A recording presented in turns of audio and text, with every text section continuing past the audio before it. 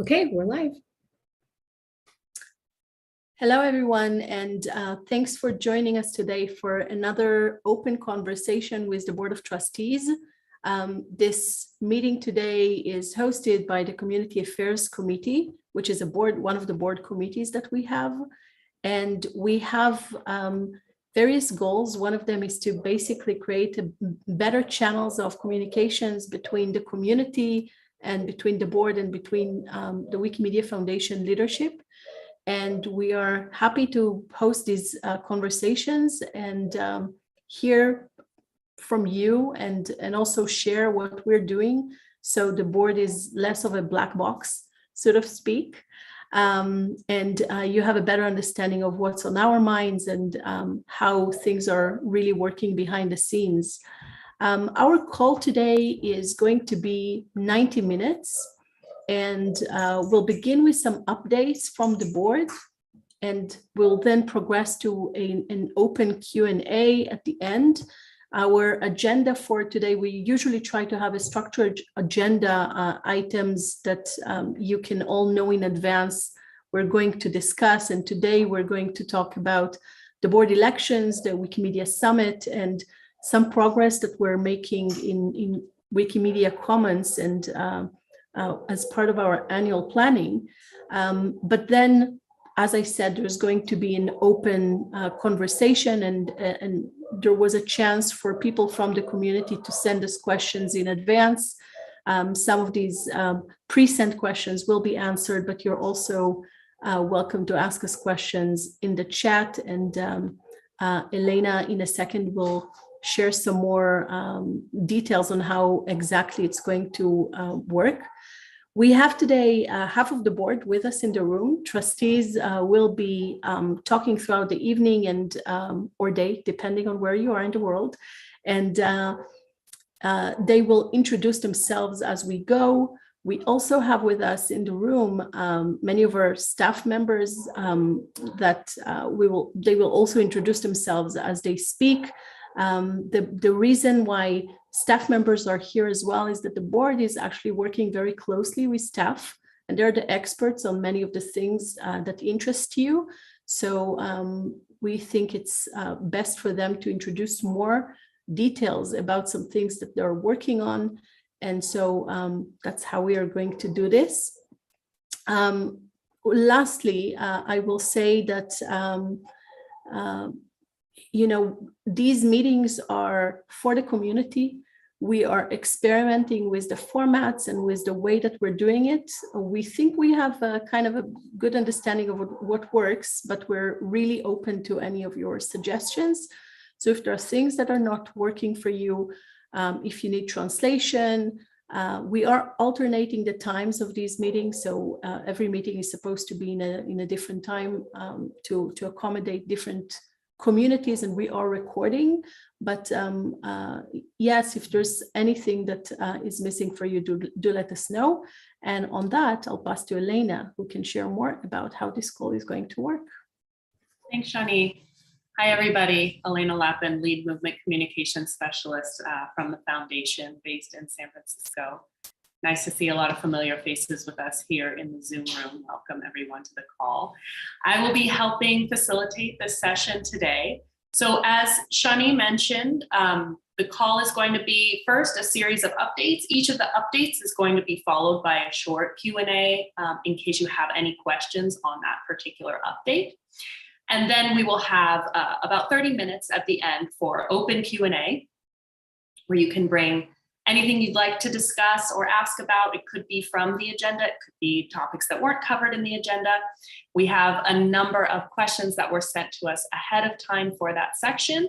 And of course, we will also be taking questions live during that portion and throughout the call. So in terms of the agenda, Shani mentioned, first we're going to be covering the Wikimedia Summit and what was discussed there in terms of, in particular, movement strategy, followed by a short Q&A on that. If anybody has any questions or anything they'd like to contribute about maybe their experience to the Wikimedia Summit, that would be more than welcome. And then we'll move on to talk about board elections quickly, just give a quick update on the outcomes, talk about reflections and next steps. We'll take any questions from the audience about board elections at that point.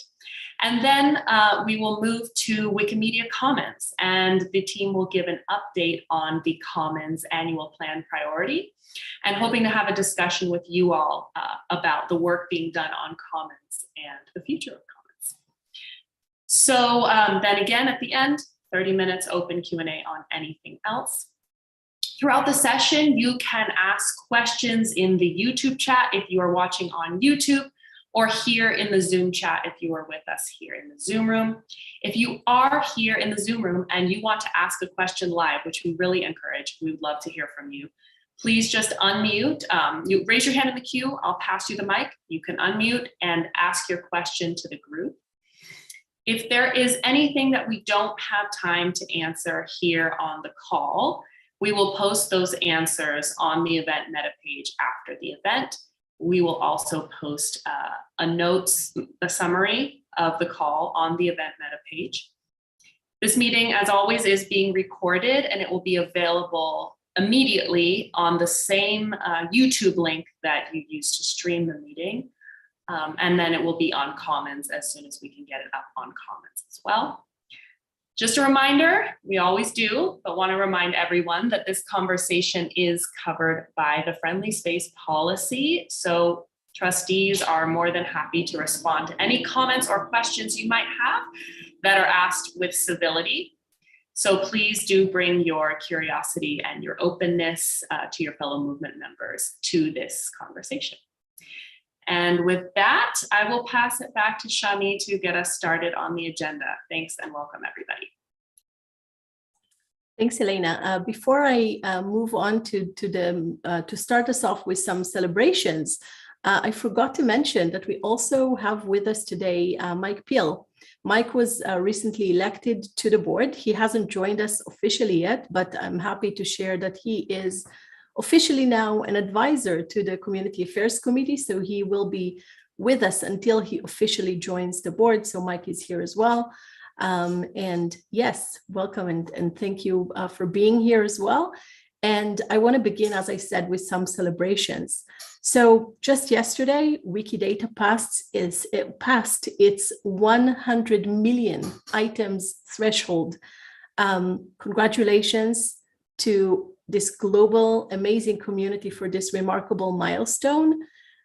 This is, by the way, right on time for Wikidata's 10th birthday, which is celebrated at the end of this month. I think you can see on Meta the various events happening all around the world, and that you'll be joining with your local communities to the celebrations. Really a heartfelt congratulations and a happy birthday from all of us on the board and at the foundation for 10 amazing years of truly transformative work on this project. And also this month, we're celebrating 20 years of Malay Wikipedia, and Indonesian Wikiquote is turning 18.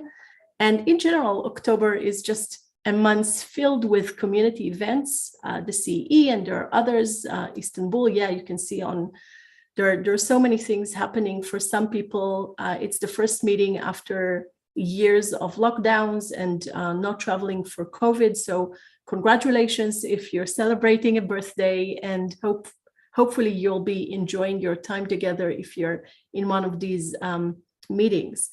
Lastly, I want to note that English Wikipedia also celebrated a really important milestone a few weeks back with its 1,111,111,111 edit. And this is a huge milestone, a really nice number, and huge congratulations to this community for this milestone. On that optimistic note, I'll turn to Vicky, who will share some information about the Wikimedia Summit. Vicky, to you. Thank you, Shani. So most of us who are here from the board attended Wikimedia Summit, which was in Berlin in September. There was about 150 attendees and 250 people who were present virtually. That was the first fully hybrid event where you can be on site or you are joining on the internet, and there were plenary sessions and there were group sessions, and people can interact with each other, people that were in the room and people were online. And it was great. I think this is the best format for a movement like ours, where we distributed throughout the world. And I think we will need to keep that format. I'm happy that the technology allows that to do it. So there was a very good atmosphere, and mostly people wanted to meet with each other and talk, because we haven't seen each other for several years, and it was good to connect. There were several important topics that were discussed at the summit, and one of them was the movement charter. What is the movement charter? This is supposed to be a document that will allow us to express the governance, how the movement will be governed, and what are the principles, and what are the main players. For example, what is the role of the board of trustees, and the new structures such as global council, which again, the technology now allow us to communicate across the world. So we have a committee, MCDC, which is supposed to write the chapter, and they presented their work on the summit. And there were 3 chapters. They decided to split into the committees like the board and write the chapters which are called the preamble, value and principles, and roles and responsibilities. The preamble is a short, like in an article, for example, it's a short, concise thing to that explains the purpose of the charter. And then values and principles will elaborate on what are the values and principles of the movement. And then rules and responsibilities will delineate what are various parts of the movement, such as chapters and hubs and board and staff of Wikimedia Foundation are doing. So they presented us with early drafts in the workshops, and they got feedback. And I was in the workshop where they were talking about how they're going to collect the feedback. So the idea is they write the early draft, then they will collect feedback from the movement as a whole. And they have a lot of channels where they will listen to you, and you will be able to say what you want to see in the movement. So, and the next big topic which was discussed at the summit are hubs. And hubs are structures which are supposed to make our movement more distributed and less US-centric. There was a lot of negative feelings that everything is guided from the US, and very often it's not very applicable to the local conditions. So the hubs are in various, they're supposed to be regional, and they're in various stages of formation. For example, I went to a meeting of CEE hub, which is Central Eastern Europe. I am from Central Eastern Europe, and they are the most advanced so far. They were interviewing actually some people who will be organizing the hub itself. But again, there was some tension, because some people just have ideas that they want the hub, and these are people from Eastern and Central Europe are ahead of them. I don't think that there should be any quarrel about it. We will see how it works, and then the people can learn from them and see what worked, what didn't, and try to do something else. But it became apparent that we need to talk more about how the hubs will be integrated in the structures of the movement that are already there. And there are regional conferences that are happening right now where people will be discussing that. And lastly, I would like to say thank you to Wikimedia Deutschland that organized the summit, because you can appreciate that after the COVID disruption, everything was sort of up in the air, and it was, I think, very difficult to organize an event at all, and that was a very good and interesting event. So if you have any questions about the summit, the charters, the hubs, hopefully I will be able to answer them. We can just open the floor for a little bit in case anybody has any questions about the trustees' experience at the summit, or if anybody wants to talk a little bit about their own experience at the summit, that's of course welcome too. I'll just wait for a little bit to see if anybody wants to contribute to this topic. I'll just jump in to quickly say a huge thank you to Wikimedia Deutschland as well for hosting us. I think they did an amazing job as always, and it seems that it was, needed. It was an event that was really needed for people, especially after these 2 years, and the connections physically. It just became apparent again how important it is for us to meet not only online. So I'm thankful.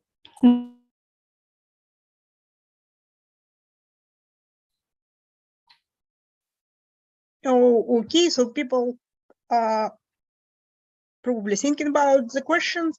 I'm still here, so just write in the chat, or Elena. Oh, I see there is a question. Yeah, Nicole. Go ahead. Yeah. So first of all, thank you for covering the summit, and also thank you for the appreciation. It was for me, I mean, it was, as you also said, very difficult. Everything was very difficult, much more difficult than in previous years and so on, also because we had less time and less, let's say less time. But it was so good to see a lot of people live in Berlin, and then of course also online, and the experience with the hybrid event went also much better than we expected. If you had asked me on Thursday evening if I think how it's going to work, I wouldn't have assumed that it's going so well. So it was really, really nice, and all the energy that participants brought basically made a lot of the struggles and hassles from the prep work made up for them.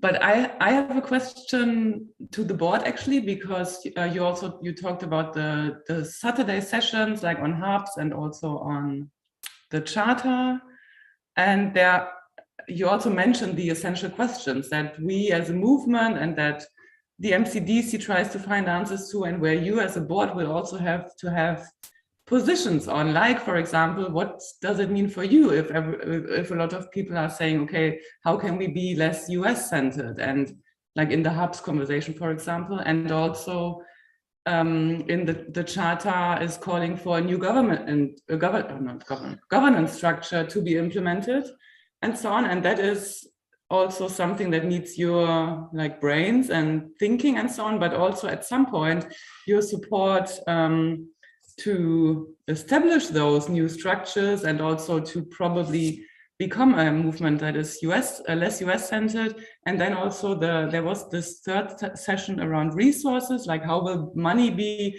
coming into the movement in the future, what additional ways will there be, and also how can it be distributed in potentially additional ways.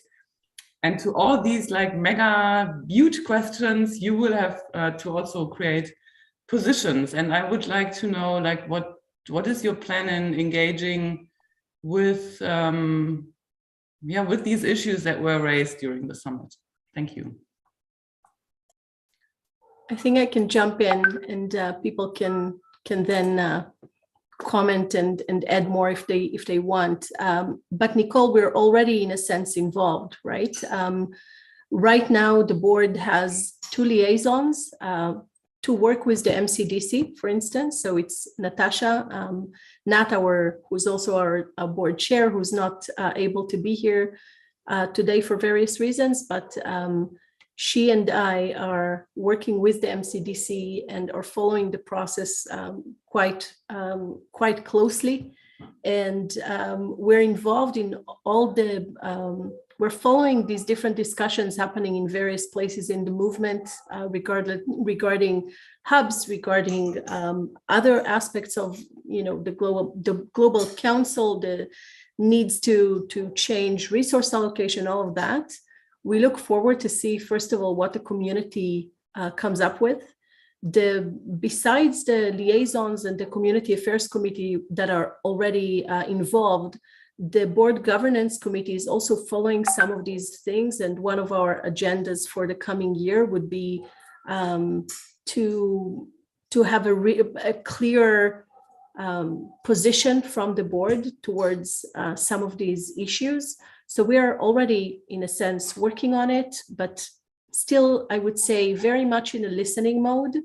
We don't want to be in a position that we don't think it's right. We think for the board to tell the community how things should work. It should be a discussion and so we are facilitating things. We are listening. We are.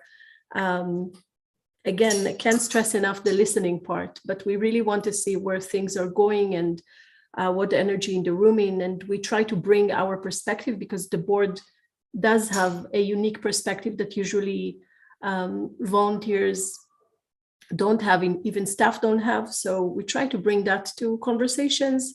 And I'm fairly sure that at some point, we will make joint decisions, or we will be able to have more informed decisions after, for instance, with the MCDC, they will have some consultations, they will bring some recommendations to the board.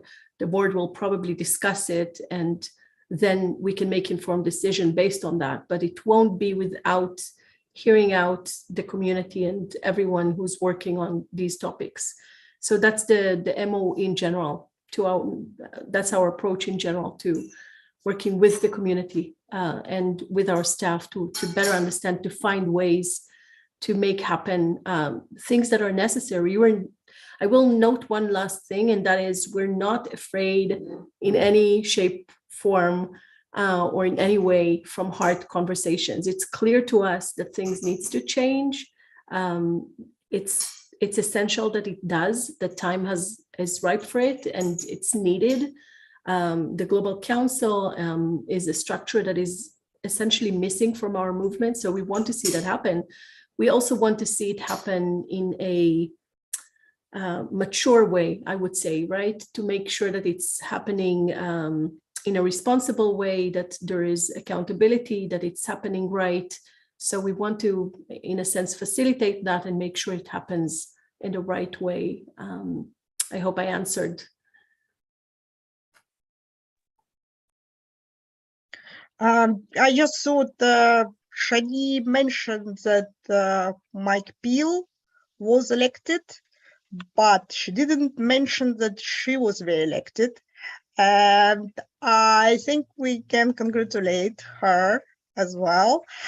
And then it's a good way for Lorenzo to talk about the election results while we will be answering to the questions about summit and hubs in the chat.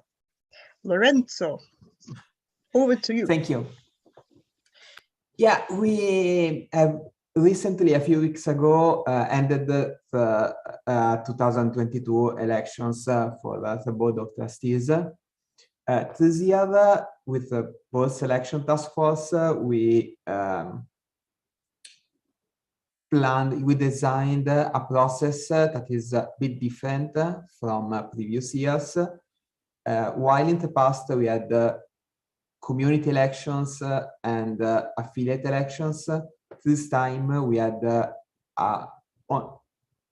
merged the two systems, having both affiliates and the community individual members voting in the same election. We had, as usual, candidates from the community who have received answer and received questions and given answer, including recording videos and responding to election compass statement. The community voted with nearly 6,000 votes, which is a good number, surpassed only by last year numbers when we had nearly 7,000 votes, so like nearly 1,000 votes more. And the result was the selection, as Victoria said earlier, the selection of Shani for the second term and Mike for his first term.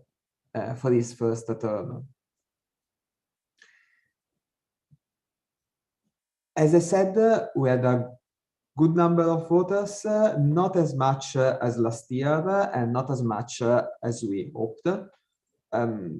It is not totally clear why we have this difference.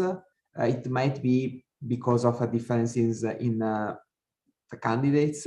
Also, maybe there was some fatigue considering that it's another election after just 1 year.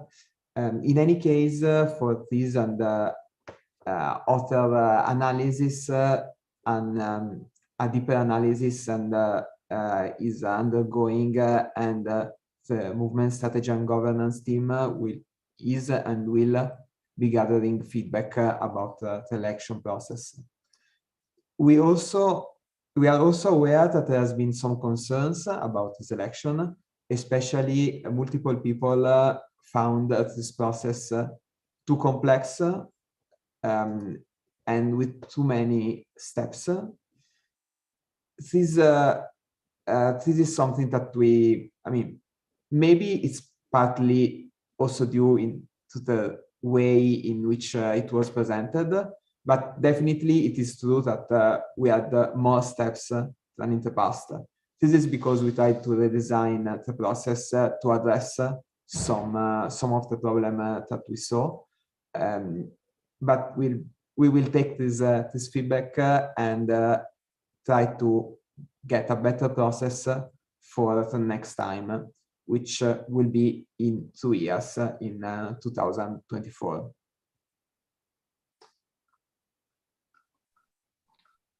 I've seen people writing on the chat. I have not been able to read while I was speaking, but if there are questions, I'll be happy to answer. There is one so far in the chat. We'll take this quick question. The question is about how the board plans to respond to the requests about the resignation of the election committee. Do you have any thoughts about that? Sorry, the question about? How does the board plan to respond to demands that the election committee resign?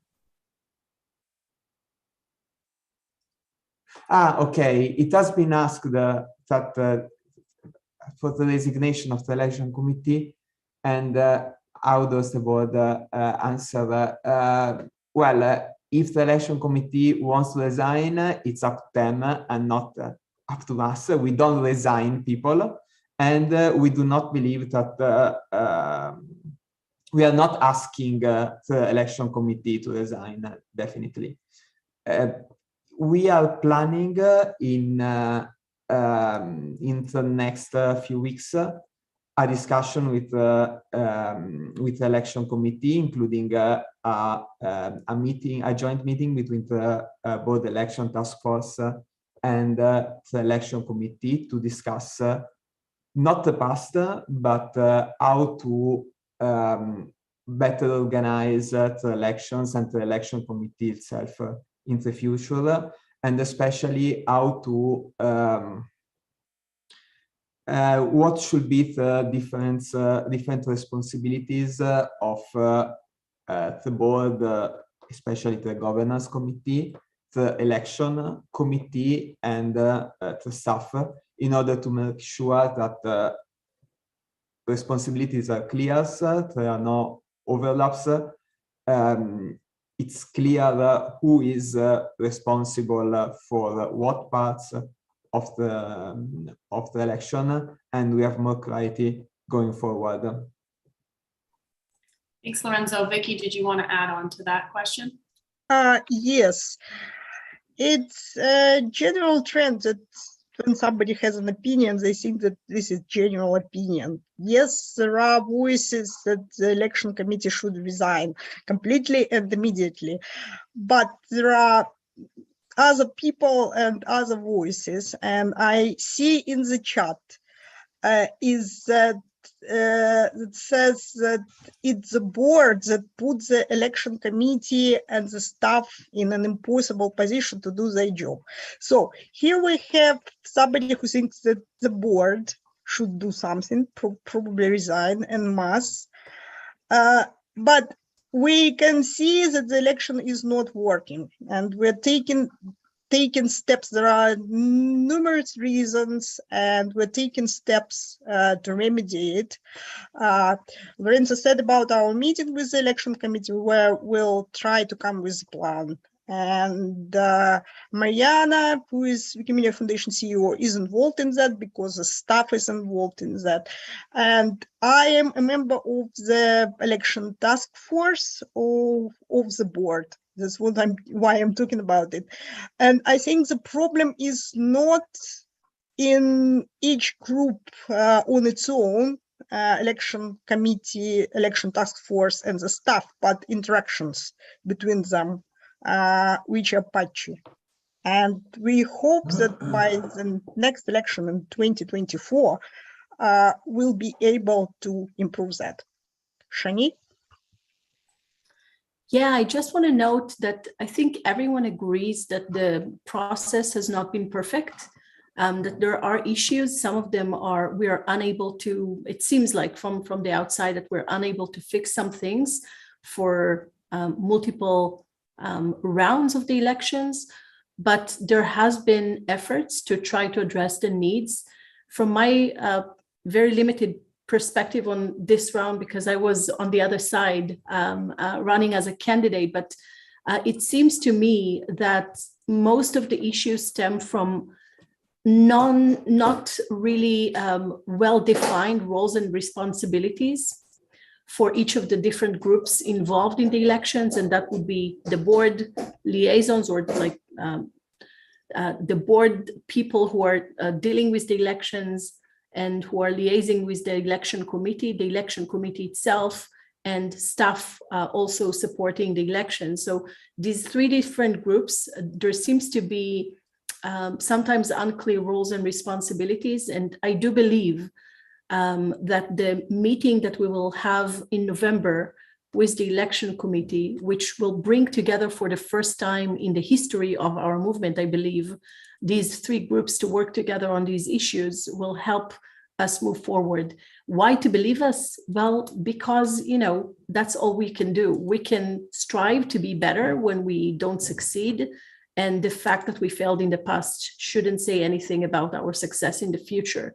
So I'm actually hopeful that we can resolve some of these issues, if not all of them. And I'm hoping that this meeting would help us take the next steps forward. And we'll keep you updated, of course. We have another meeting in December, so we can maybe report on some of the thoughts and findings coming out of this meeting. Thanks so much, Shani. Lorenzo, do you have a final thought to close us on this topic for now? We'll move to comments, and then any follow-up questions about the elections, we're happy to take in the final open Q&A segment. Yeah, I saw in the chat that Addison Bryant has written that it's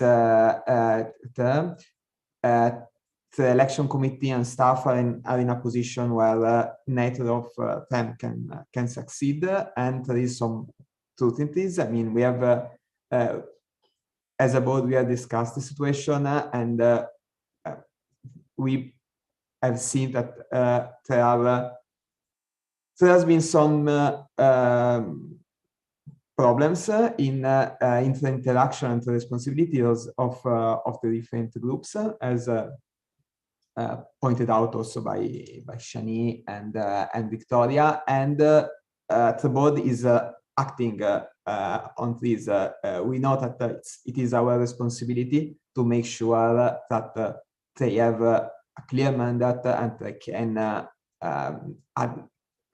put them in a position where they can succeed. We are really starting to work on that and on the next election. The next election will be in 2 years, but we will start discussing on these issues already in November. We will not wait. Thanks, Lorenzo, and thank you everyone for bringing these insightful questions. Tough questions are always good to grapple with, so we really appreciate you bringing these to the discussion. I see there's more activity in the chat, so we're happy to continue this, this discussion at the end of the call during the open Q&A. We're going to go now, though, to comments. So I'm going to turn it over to Ezra to open the floor about progress under the annual plan priority for comments. Great, thanks, Elena. Hey, everyone, my name is Ezra, and I am the chair of the Product and Technology Committee, and this is a committee that was formed about 2 years ago to assess and explore current and future product and technology development and any related efforts to continuously improve the value that Wikimedia projects as platforms deliver to its global communities and users around the world. We have been on a hiatus until very recently, in order to give some time for some crucial restructuring of our product and technology departments into one cohesive unit under the new leadership of Selena Deckelman, whom we ruthlessly stole from Mozilla, where she was a senior vice president responsible for Firefox. I'll be handing it to Selena shortly. There will be a focus of the discussion on Wikimedia Commons in line with this year's annual plan, as well as Wikidata. And this is part of our CEO, Mariana's decision with backing from the board in terms of priorities. I'll just add that, this is the first time some of you are meeting Selena and getting to hear from her directly.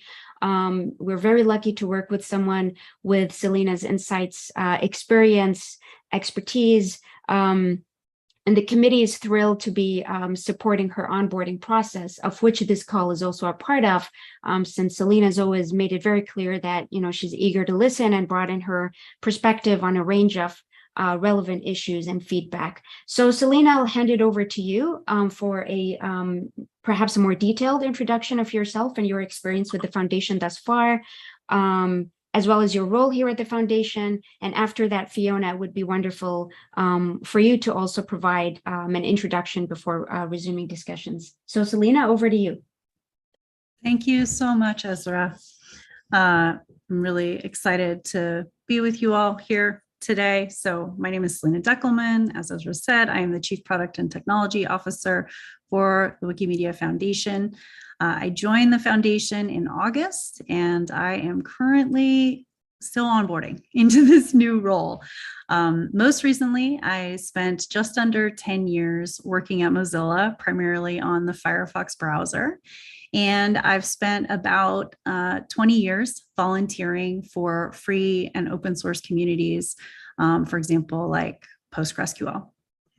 At the foundation, I'm currently on a listening tour, meeting with volunteers from the movement, the affiliates. I was lucky to be able to attend the meetings in Berlin recently, and also, of course, with the staff across the foundation. And in my first few weeks that I've been here, I've heard a great deal about our incredible volunteers, the history of the product and technology work, of the departments here at the foundation and the opportunities that people see for the future. And like I said, I'm so excited to be here, and I love that I get to help support our worldwide movement of volunteers helping to spread free knowledge. In my first few months, I am focused on understanding the work of the product and tech departments, and then helping to determine the future of our strategy for those departments going forward. I'm here today to represent the work of some teams. And as a further part of my onboarding, I'm just going to continue to listen to everyone and solicit input on our current and future priorities. So then I also wanted to give Fiona an opportunity to introduce herself. Hi, thank you, Selena. I'm Fiona Romeo. I lead culture and heritage at the foundation. In that role, where I'm really interested in visual knowledge or images, and obviously Commons is vital for that work.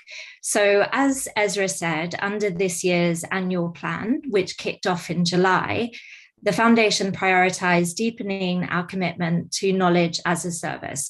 And we selected Wikimedia Commons as a major vehicle to help us do that. Members of the Product and Technology Department and others held community conversations in April as a way to start scoping and prioritizing the work that needs to happen on Commons. Coming out of those conversations, we had a long and robust list of community priorities that we then organized by the skills that we felt were needed to address them. The product and technology team looked for software improvements that were clear, well scoped, and within their capabilities for this year. Since then, other teams at the foundation have been looking at communications, advocacy, documentation needs, and other areas. We've been doing a lot of planning internally, but we didn't maintain the great community dialogue that we started in April. Back to you, Selena. Thanks so much, Fiona. I also wanted to say that I and the staff working on Commons have seen the open letter that was written by the Commons volunteers. And our plan is to share our progress so far in a written response to that open letter. But we figured that this was a good opportunity to kick off the conversation. And, like the other presenters, I just want to say I'd happy to take comments or questions in this forum. So just to talk about a little bit of the work that has occurred. For starters, we created a working group that is dedicated to Commons. This team is starting with incremental software improvements and which is giving the staff an opportunity to rebuild expertise in the Commons software stack while we plan for the future.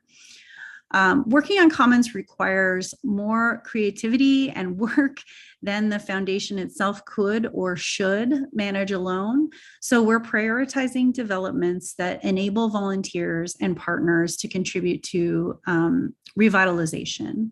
So I want to briefly describe the progress so far since July. So first of all, we've upgraded our image thumbnailing service called Thumbor, and are now working on QA and deployment. I don't know, these names of software, they're very funny to me always.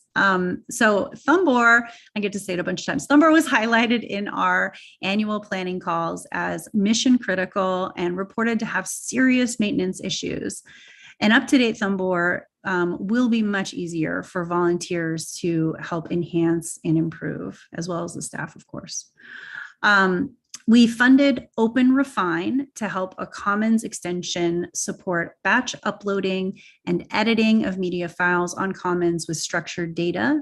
The extension is now available, and it's been used to make almost 100,000 structured data edits.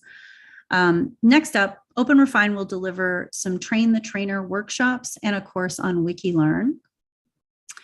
The last thing I wanted to note here in terms of progress is that we're all working on ways to develop partnerships that enable the reuse of Commons content on other platforms.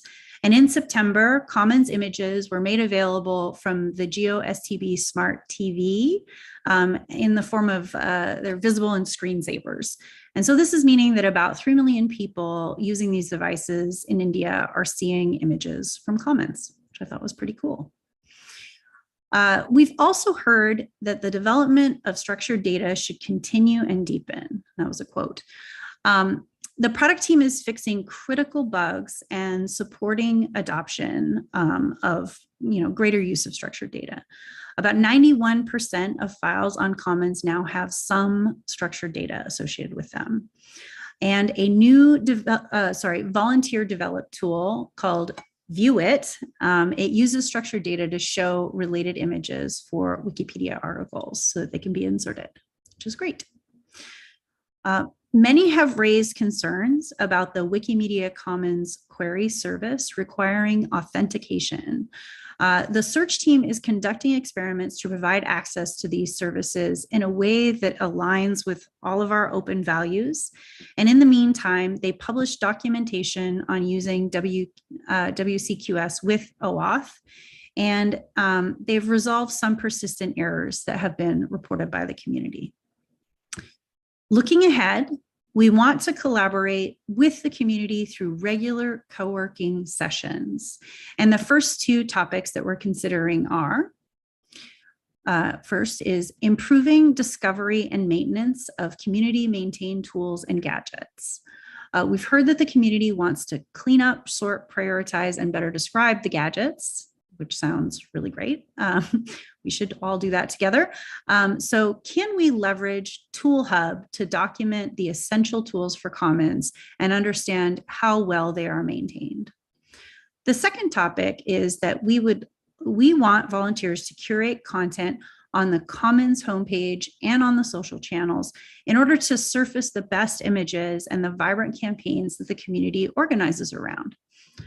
This will help to address comments like, quote, "I feel there isn't a community in Commons." And it'll also help paint a picture of what you all, really, the volunteers that are making this work, want Commons to be. So with that, so those are the comments that I had to share and the updates. So for those who are in the call and those who are watching on YouTube, I guess my first question is, do you feel like those are the right topics? And the second question is, what do you think the best approach might be to organizing these conversations? For example, could the organizers of the open letter, the Commons Photographers User Group, play a role in helping to convene these conversations? And I think there's a lag, so we can pause. Maybe Elena can help me. Elena, yes. Thank you so much for that amazing and hefty update. While people ponder those questions, and you're getting some applause in the chat, so that's good. I'll take one question about Thumbor that we got as you were speaking. So the comment is, glad to hear Thumbor is finally getting the love it needs, but why is it being worked on by temporary contractors instead of foundation staff? Because that would mean there would be more long-term knowledge around it if it belonged to staff. Yeah, thank you for that question. So, just answering the question of, how are we staffing this? Are short-term contractors appropriate? So what I'll say is that there are a mix of short-term contractors and permanent staff looking at these issues. It's true the engineers directly working on this are short-term staff, but there are other longer-term staff that are supporting this work. So I would say it's a mix. And I think the way to look at this is that we're currently in the stage of defining a set of problems that we're going to work on for Commons. And so it's not clear exactly what kind of permanent staff we should have for this. So just in terms of, shepherding resources and making sure that we have the right capabilities at the right time and for the right period of time, we're approaching this initial work incrementally. At the same time, we're doing research and communication with volunteers to understand the full scope of where we want to go. I'll recognize that, I'm a little bit new, so I'm learning, and the team's having to educate me at the same time. So I just say bear with me as I get my bearings and we understand the full scope of the next steps we're going to take. Thanks for that.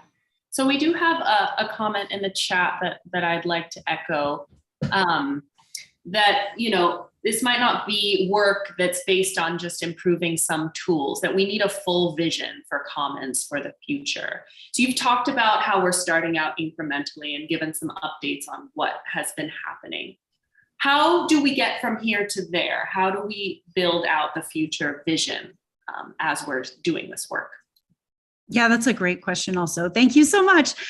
So I think, you know, in the letter, I'll just quote, there was a request for thinking bigger. And I think that's great. Absolutely. We absolutely need to think about that. We need to think about it in the context of a global movement and what it is that we are trying to achieve with Commons, you know, in the movement for free knowledge and the spread of free knowledge. And I think that thinking bigger for a product organization, it starts with research about what the needs are and how to fulfill those needs. And then with that knowledge, building out, you know, a vision for that future informed by the community, informed by the needs of the world. And that takes some time and a significant amount of effort. So what we're doing right now is building up that incremental knowledge of the existing tools that we have and the capabilities that we need, while at the same time beginning to understand like the broader vision. So what that will look like is that, you know, you'll see incremental delivery of engineering work, while at the same time researching, prototyping, testing ideas, and then having these like vision conversations with everyone involved. And as I mentioned, you know, our intention is going forward to share this on a much more timely basis. You know, our initial you know, commitment is to have quarterly co-working sessions, and we're going to see like how that works out and see what more might be needed. So anyway, so that's how I see it moving forward, is just the incremental work continuing in parallel, the other kinds of product envisioning work happening as well, and doing that with the community. Thank you. And then another comment from the chat here in Zoom that I just want to highlight in response to your question about whether those two initial topics you named are the right topics. We have someone mentioning that they would really like to have a deeper conversation on the details of improvement of usage of structured data. So how can other structured data statements than just depict statements be made discoverable, aid browsing and search? So if you have any, you know, thoughts or reflections on that, but that is just a point from the chat that someone would like to have discussions around that topic. That's great. And I know that we have a few members of the staff here listening in, so I'd just like ask the staff that works on structured data to take note of that, and you know, we can follow up after the call with folks for sure. Thank you. So we have, I don't know if anyone wants to chime in quickly. Fiona, did you want to chime in quickly, and I'll take the next question? Just to say that, yes, we'll prioritize that conversation and make it one of the first ones we organize. It's a good suggestion. Thanks, Sandra.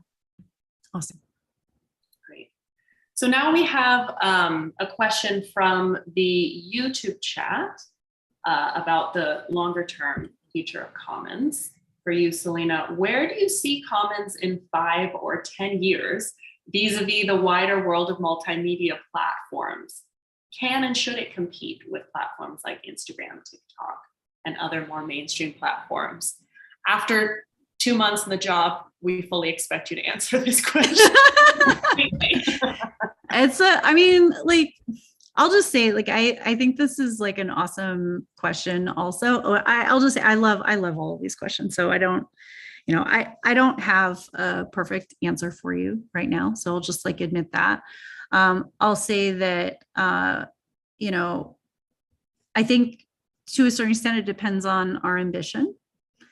It depends on the skills and capabilities that we all like bring, you know, and it may be that we have particular opportunities with the people that are here. You know, like I actually really love the open spaces philosophy of like, you have all of the right people, you know, with you working on the right things right now, you know, and just really, really thinking about it that way. And so, you know, when I think about that question, should we compete with TikTok? Well, I don't know. I don't know if that's like the right framing yet. So the collaboration that I want to get to is like, what are the right questions and the right problems to solve together?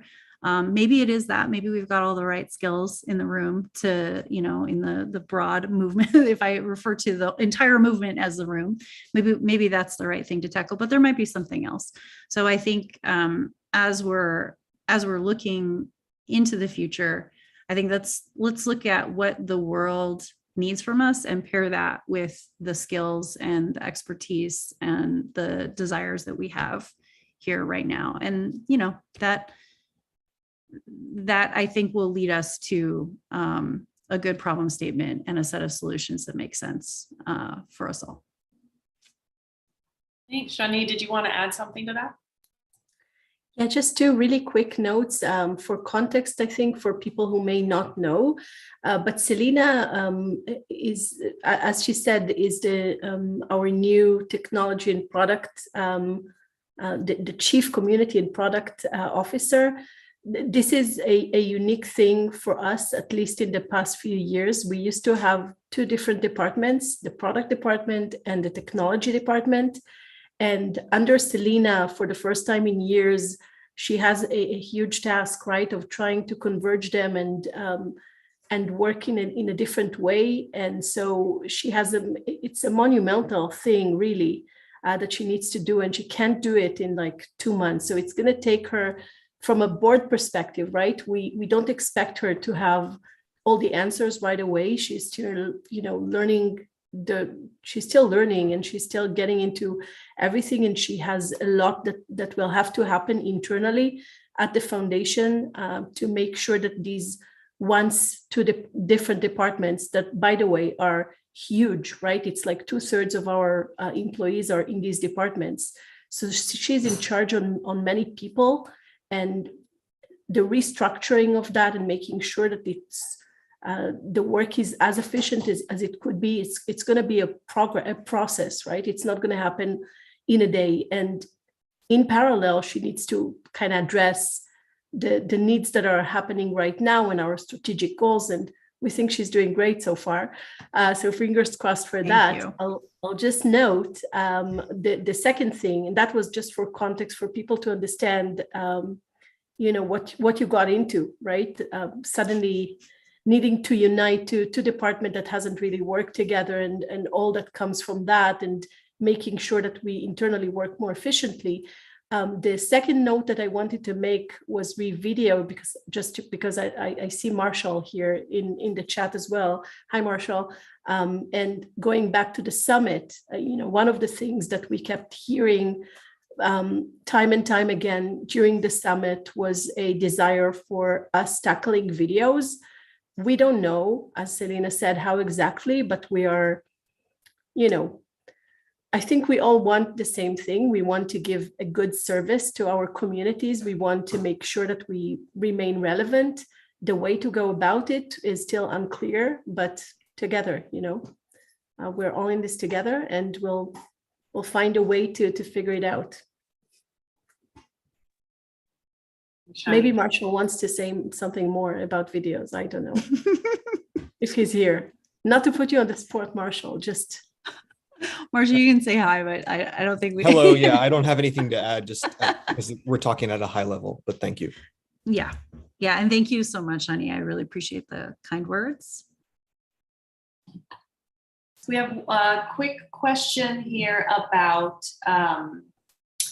keeping the community up to date on progress that's happening on Commons. There is a question about whether teams can publish internal weekly reports so that community members can stay up to date.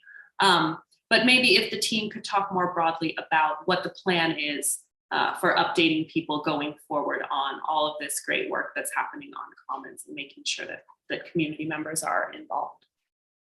Yeah, I'll just, you know, I'll just say like our plan right now is to commit to the quarterly updates, absolutely. And then more frequent updates I think are possible. There's a few different considerations here. So, you know, I don't want to have the specific teams need to do that right now. But, you know, I have been thinking about ways in which I can engage with the community on a more regular and structured basis. So just put that out there that I'm thinking about that. And part of that would be sharing the things that I'm learning as I'm onboarding. And, you know, that's something to look forward to here in the coming months. I don't, again, like, I'm not sure that I want to commit us to a weekly cadence on that. That's like can be quite a lot for teams, but you know, we're going to commit to the quarterly updates and then see what we can do about more frequent communication and contact. I mean, the desire here is to be reaching out and communicating quite often. It's just a matter of, you know, what the coordination sometimes can cost for teams that are spread globally, also with volunteers that are spread globally. So it's not a desire to avoid communication. It's just the coordination costs. Thanks, Elena. I have just one broader question for you that I think can transition us to the open Q&A portion of the call. Stepping away from comments for a bit, just a question for you in your role as Chief Product and Technology Officer. What do you see as the major challenges for the Foundation's Product and Technology Department?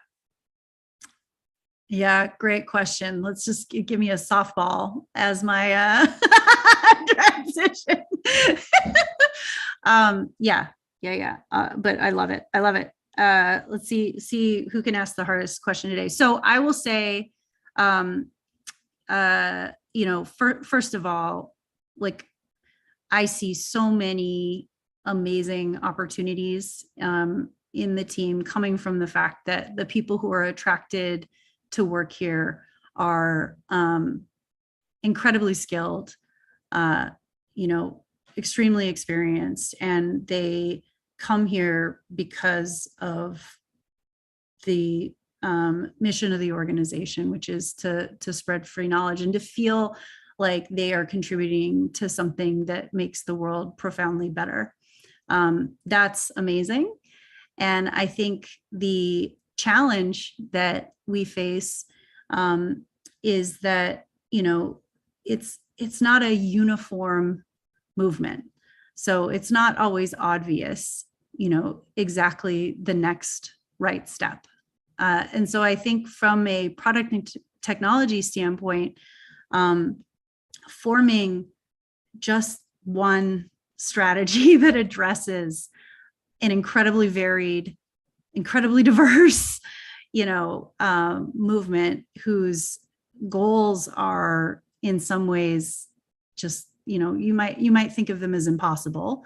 I think that's the challenge. And so many people that come here, they do incredible things when faced with impossible challenges. I was just asking people for stories actually for an employee that's been here since 2006.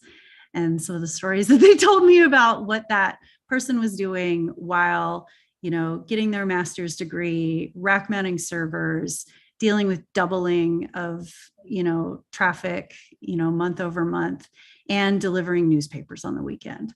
So that's the kind of stories that I hear about the staff. And that's still, honestly, I mean, I don't think there's as many people delivering newspapers on the weekend, but that's still the kind of work that people do here, right? It's very, very challenging, and you don't always know what you're going to be asked to do. So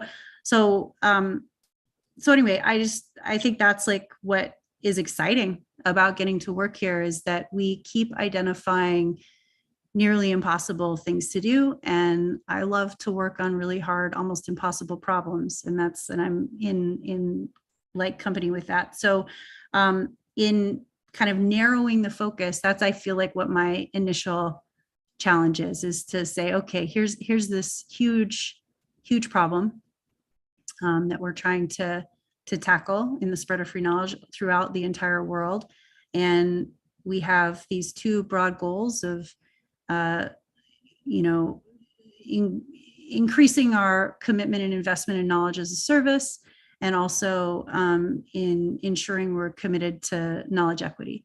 So in both of those areas, there's a number of important problems to tackle. So where should we focus first? So that's what I am doing right now, is learning from the team so that I can help them on that journey of, figuring out where can we best apply the talent and knowledge and people that are here right now to address those problems. Thank you, Selena. Very inspirational. And I think that brings us well into the open question and answer section of this call. So I want to invite anybody. We do have a few pre-submitted questions, but we also have a lot of chatter here in chat, a lot of long-term community members here in the room that I know have some thoughts and some questions for us. So if anybody would like to unmute and ask their question, why don't you just raise your hand and I will give you the mic. Novum, do you want to ask a question of the group? And then we'll take Richard after that. Sure. Can you guys hear me? All right. Hello, everyone. I'm Novum, a coordinator for the English Wikipedia New Page Patrollers. It's very nice to meet you all. I have a question about the software Page Triage, but real quick, here's some background. English Wikipedia has a team called New Page Patrol that checks every new article. We use software called Page Triage. It's a media wiki extension. It's kind of abandonware. The growth team of WMF is technically the code stewards, but they've stated that they don't have the bandwidth to work on it. Concerningly, Page Triage has around 150 open bug reports and feature requests on Fabricator, our bug tracking software. English Wikipedia is a little bit frustrated by this. We created an open letter that achieved 444 signatures asking for WMF to work on the software. And it's been about 4 weeks since we submitted the letter. So I'd simply like to inquire about the status of it and our request for the WMF to assign software engineers to work on Page Triage. Specifically, who's the decision maker? When can we have a meeting with them? And when will the decision be made? My goal is simply to keep this process moving forward. Thank you very much for your time. Well, thanks for your question, Novum. I think I'm going to start on this one, and then maybe others can join me if there's more to add. So the Product and Technology Department has responded to the open letter that you mentioned, and they invited everyone interested to a meeting to talk about priorities for the new Page Patrol software, as you said, called Page Triage. They are the experts on Page Triage, not us, not the trustees, not members of the CAC committee. So we really hope you'll attend that meeting. But we have read the open letter and we've asked to be briefed once the meeting happens. Our goal is therefore to get a general lay of the land when it comes to the challenges with the software and any possible fixes, so we can help the team think strategically about Page Triage alongside other technology priorities. Friendly reminder, the board's role is not operational and it is not project specific. We can't be experts, and we aren't, in everything happening across all the projects around Wikimedia. Even if we could, it's not our role. Our role is to provide strategic guidance and oversight for the top line global foundation initiatives happening. And so when we don't have the answers or the expertise, we connect community members to the people that do. We'll consider it after the meeting that Selena's team is going to be working on in collaboration with the staff on a more strategic level. That is how we are supporting right now. So on a closing note, at least closing note from me on this topic, I want to say congratulations, to echo what has been started earlier in this call with Shani. Congratulations to all the reviewers who have recently engaged in new page patrol work and brought the unreviewed pages backlog to 23 pages, plus several thousand redirects, but 23 pages effective today, according to DAT bots. So thanks to everyone for their work on that. And I don't know if anyone has more they want to say on when that meeting is scheduled for the New Page Patrol people to attend. I just know that it is in the process of, it will be scheduled. And I hope that you, Novum, and others who have like interests will be able to attend and help move forward with the questions you brought up. That sounds like two potentially outstanding questions for members of Selena's team. When will the meeting be scheduled for? And also just clearly, you know, who's the decision maker on this work? Sure, I can take that. So the meeting will be scheduled on November 3rd, is my understanding. And, you know, we're like on the cusp of being able to just like get it in everybody's diaries. So that's first question. And as far as the decision maker, I mean, ultimately, like I'm accountable. So we can just say that. The process of determining like who exactly is going to work on it has many stakeholders. So I would just say like I'm a steward here of a fairly large team, and I'll be working with the team to, you know, figure that out. But I'm ultimately accountable for the decision. Thank you very much. Thanks. So with that, let's move to Richard for the next question. Hi, thank you. So I'm Richard Nosebag Bear on Wiki. So I'm just going to post some quotes. Unfortunately, YouTube will only let me do 200 characters, but I will post them into Zoom as some background, and then I'll ask my question. So these are several quotes that came from the 2021 election or just after, and then several charge responsibilities that Electcom has, including consulting with the community and being a source of information to that. So this was briefly touched on by Shani as part of answering Lego's question earlier, but I felt it needed additional discussion. So my question is, given that there were 12 months notice of the issues, particularly regarding communication and implementation of rules, that was 12 months after the 2021 elections by Electcom. Why was their communication no better at the 2022 elections than 2021 elections? Since given a failure, whether from Electcom or through the BGC or through the way that it works for the foundation, to improve in that time scale, we get two questions from this. Why did it not improve within that time scale? And given that it didn't, why should we believe that it will now improve? What's different now that couldn't have been done then?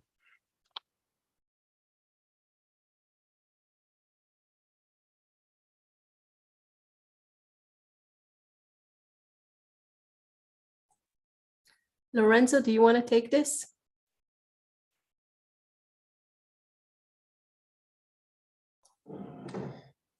Sure. Well,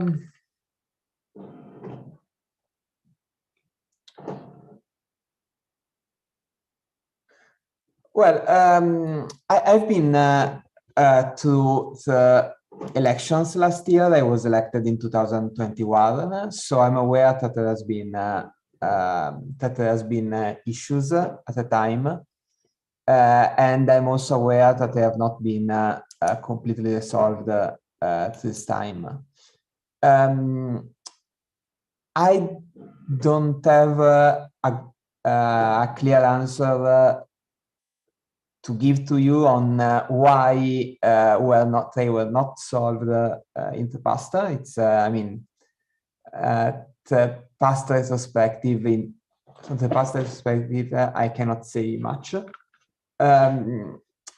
I can say that it's at this point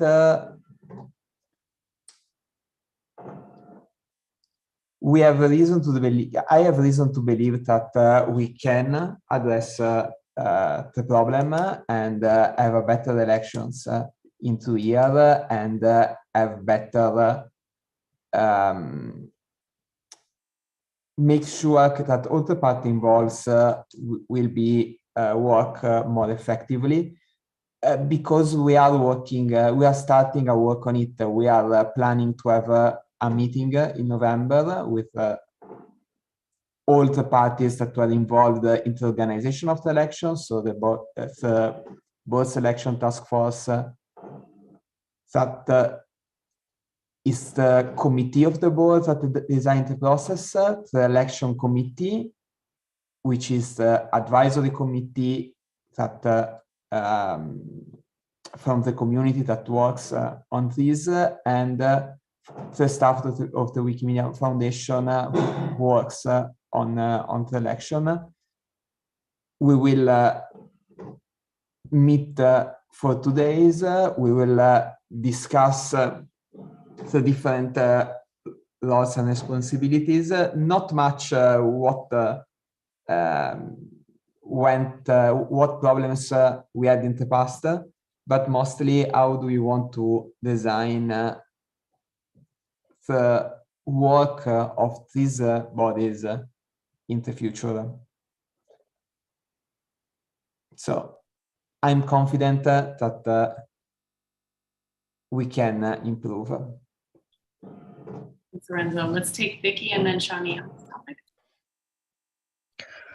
So the question is, how do we know, or how we make sure that the next election will be better?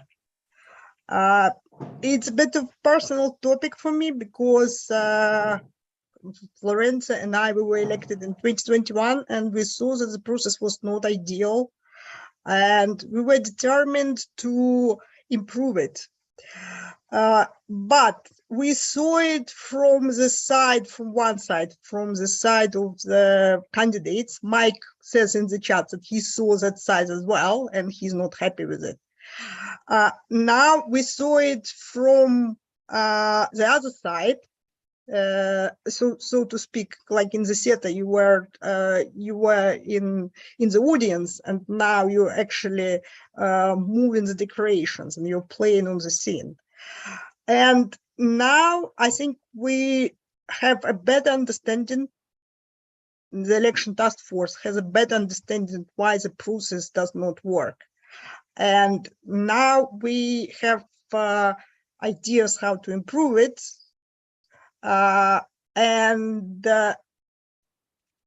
So this is our chance.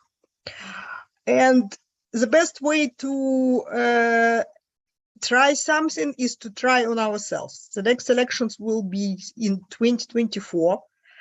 We won't be able, Lorenzo and I, we won't be able to be on the task force because we will be either be elected or not. So whatever we do will be on our heads. And this will be the feedback. So hopefully it will be better the next time. Shani, I saw you had your hand up and then put it down. Was what you were going to say covered already? I'll just note briefly, just because Richard mentioned the trust issue twice, right? And I think it's important to address. You know, we've been working quite diligently and consistently to improve the relationships with the community. I think, you know, trust builds over time, especially as it's been, if there have been issues in the past, and there have been, right? We're not perfect.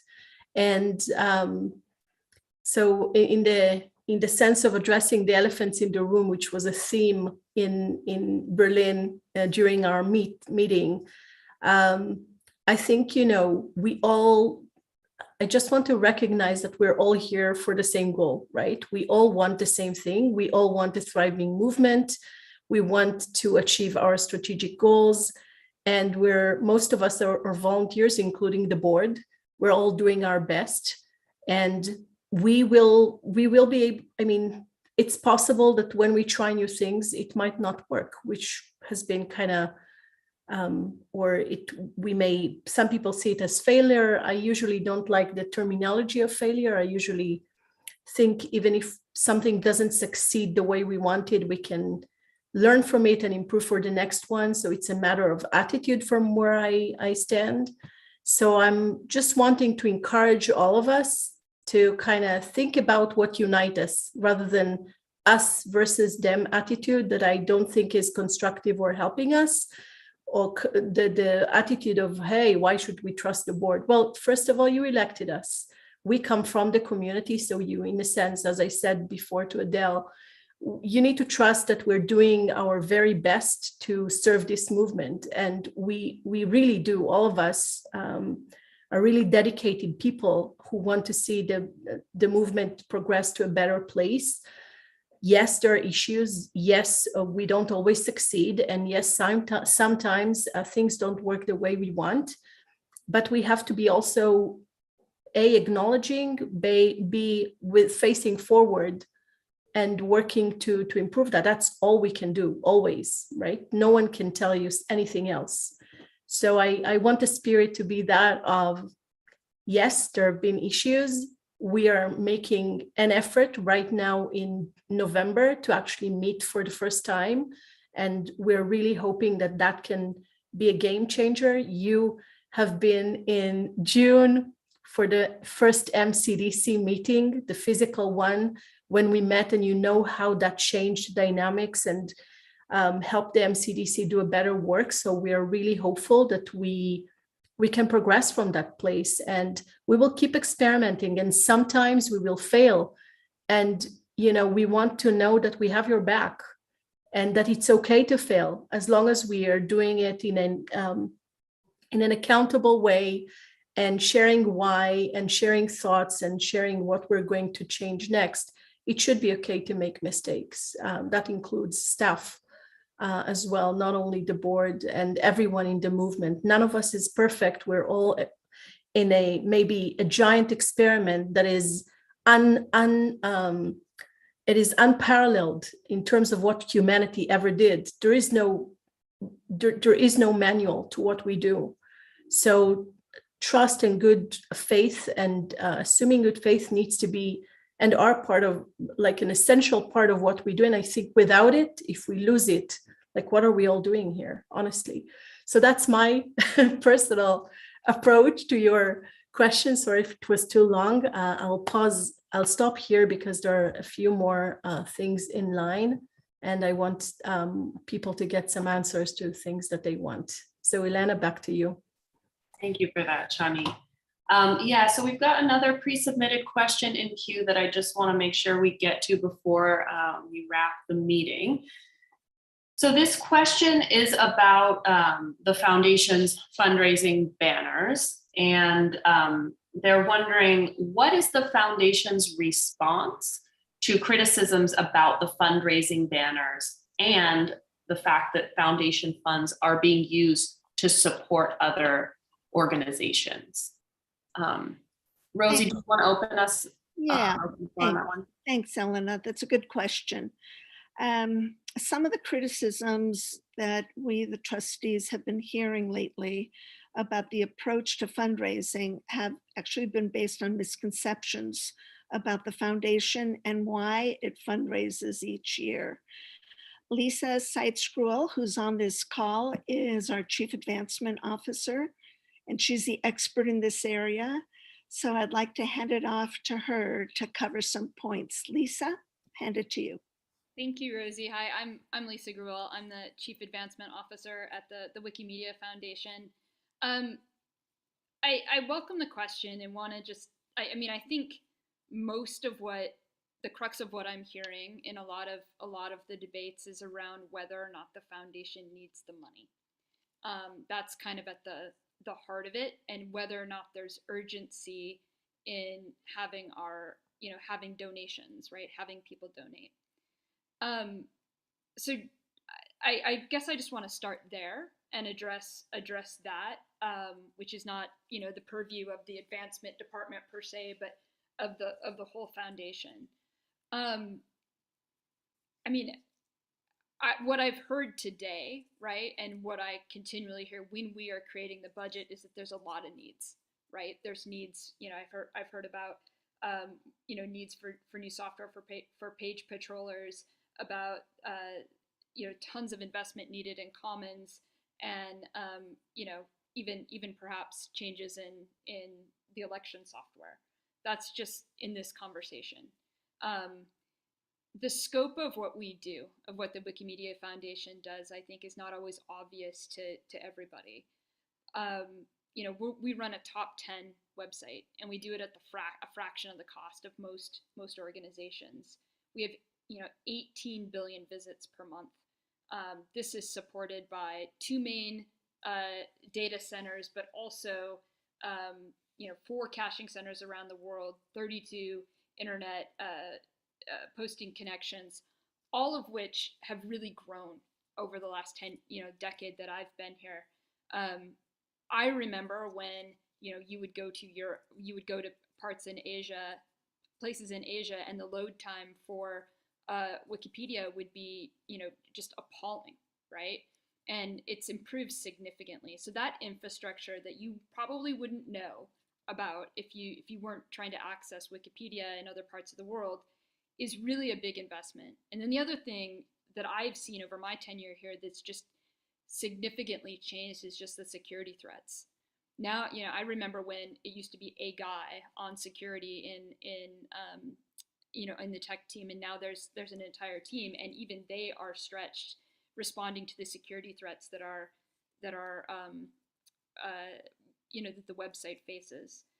And then the other thing I'd say is that we've dramatically increased over the last year our direct funding that supports affiliates and also user groups around the world, user groups and also partners around the world, and that's increased by 240% in the last year.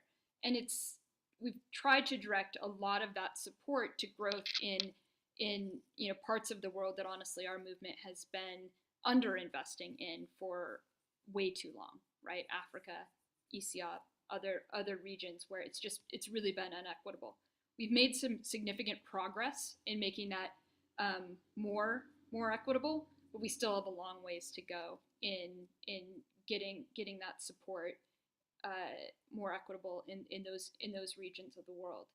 So I think it is like there's a lot that this organization does and that this movement does that we try to support. And you know, $175 million, a budget of $175 million. I started here when it was 30 million, so I've watched it grow. I've also watched the needs grow, and I still hear about, you know, needs for new things, needs for more software developers to solve different problems. So I think it's incredibly complex. We get that is a lot of money, and with that becomes a lot of responsibility to make sure that it's all spent wisely, that we do take that very seriously. And the last thing I would say is, you know, a banner is a pretty small piece of real estate for communication. We can only kind of say a few sentences, but I want you to know that there's a lot of communication that goes to our donors that, you know, is beyond a banner, right? So we produce an annual report. We give our donors access to the annual plan, the foundation website. We send a quarterly newsletter to donors that opt in. Our donor relations team directly interacts with over 100,000 donors a year in over 20 languages. And we also do online events kind of like this with our donors to answer questions, to talk with them, both online and in person. So there's a lot going on in terms of how we communicate with our donors. I want you to know the banners aren't the only thing. They're actually a pretty small part of our communication. And, you know, the need, I think, for our donors to contribute is significant. Thank you so much, Lisa. That's great. So we are actually at time. So Shani and I will move to close the call quickly. Thank you all so much for being here. The recording of this call available immediately on the YouTube link that you use to stream the call, and it'll be uploaded to Commons soon. Like we mentioned, we're also going to get notes up on the event meta page and answers to any questions. I'm going to comb through to see if there's anything we did not answer. Those answers will be there as well. If you want to be added to an email list to receive the Zoom links automatically for these calls in the future, you can email askcac@wikimedia.org. We'll add you to the list. We'll send you invites to the calls, updates, reminders to join. We'll send you the Zoom link so that you can join us directly here. Thanks everyone who brought your questions, and especially to those who unmuted and asked us questions live. It was really nice to have that. So Shani, I'll turn it over to you for the poll. Yeah, first, thank you everyone for participating and engaging with us. I felt this may have been our most engaged conversation to date.